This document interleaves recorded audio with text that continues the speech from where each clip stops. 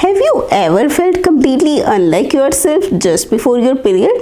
Not just irritable, but a completely different emotional version of you.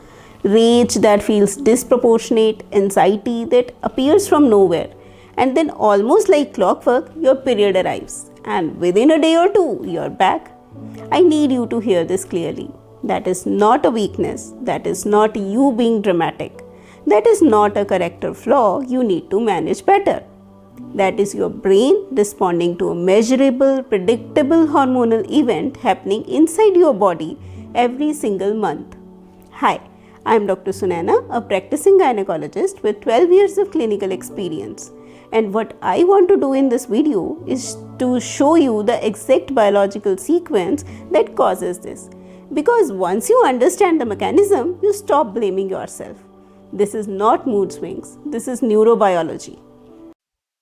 This is your hormonal landscape across a complete 28-day cycle. Two hormones, the rose line is estrogen, the gold line is progesterone. Look at the first half, days 1 to 13, your follicular phase. Estrogen is rising steadily. Most women feel relatively well here. More energy, clearer thinking, better emotional resilience. That is not coincidence. Estrogen supports serotonin production. When it rises, your mood regulation is better resourced. Now, around day 14, you ovulate. Both lines shift at that dotted marker. Now watch the second half, the luteal phase, days 15 to 28, highlighted here.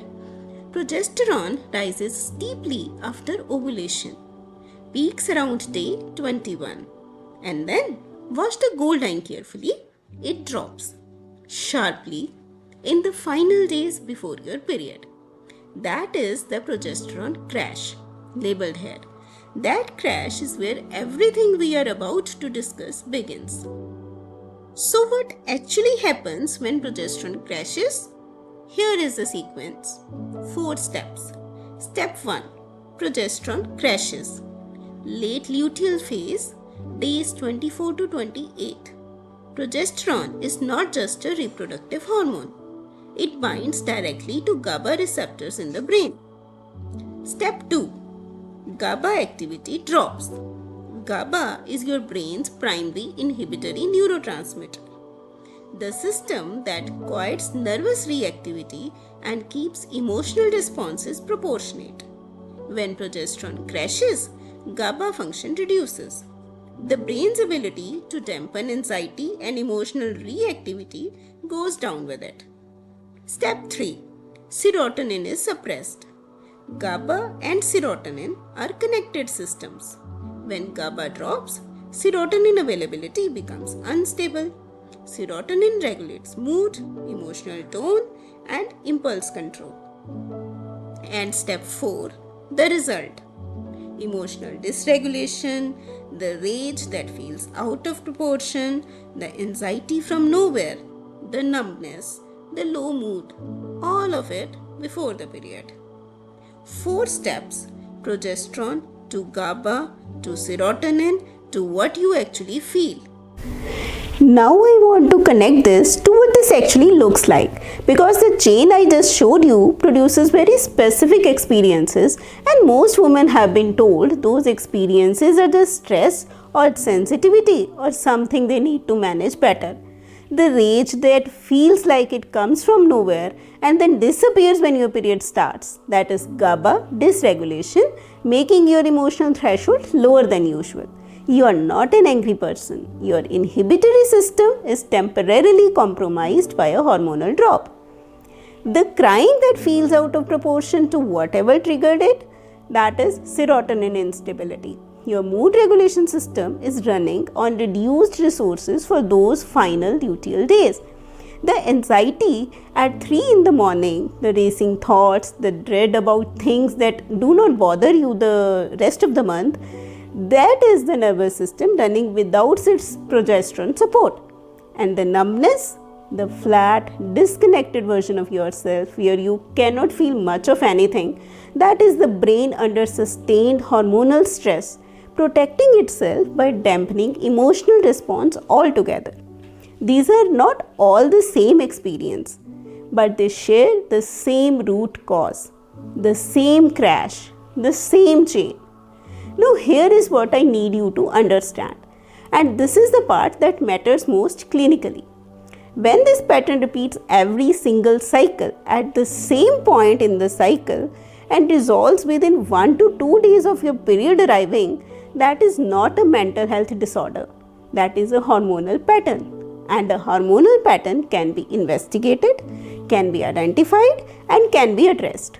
The difference between you have PMS and you have a hormonal dysregulation pattern worth investigating is not a medical difference. It is a language difference. It depends entirely on how you describe it in a consultation room. Too many women are leaving their doctor's appointments with an anxiety diagnosis and an antidepressant prescription because a hormonal picture was never looked at. Not because their doctor does not care, but because the symptoms were described in emotional language rather than clinical. Pattern is data, emotion is not.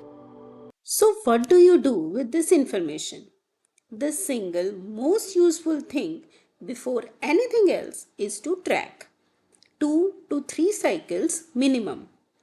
Each day from approximately day 15 of your cycle, the second half, note the following: your mood, your energy, your anxiety level, your sleep quality, and specifically the day your symptoms begin and the day they resolve.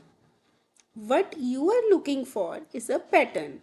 If symptoms consistently appear in the luteal phase and consistently lift within 1 to 2 days of your period starting, that pattern is clinically significant. That pattern has a name, and that pattern is something a gynecologist can work with. The mistake most women make in a consultation is describing how they feel without connecting it to the cycle. I have been anxious lately gives the doctor very little to work with. I have a consistent pattern of anxiety beginning around day 20 of my cycle, resolving by day 2 of my period, recurring for the last 4 months, and severe enough to affect my sleep. That is data. That is a clinical picture a doctor cannot dismiss. So, track your cycle. Note your symptoms with specific cycle days. Bring that record to your appointment. That is where this starts. If you have spent years being told that what happens to you before your period is just moodiness, that you are too sensitive, too emotional, that you need to manage yourself better, I hope this gave you a different frame. Your biology is not failing you. It is speaking a language that most people were never taught to interpret. Next Tuesday, I am going into why some women experience this hormonal shift far more severely than others, and where the clinical line is between PMS and PMDD. If what I described today sounds familiar but significantly more extreme, that video is specifically for you. Subscribe so you do not miss it. I'll see you then.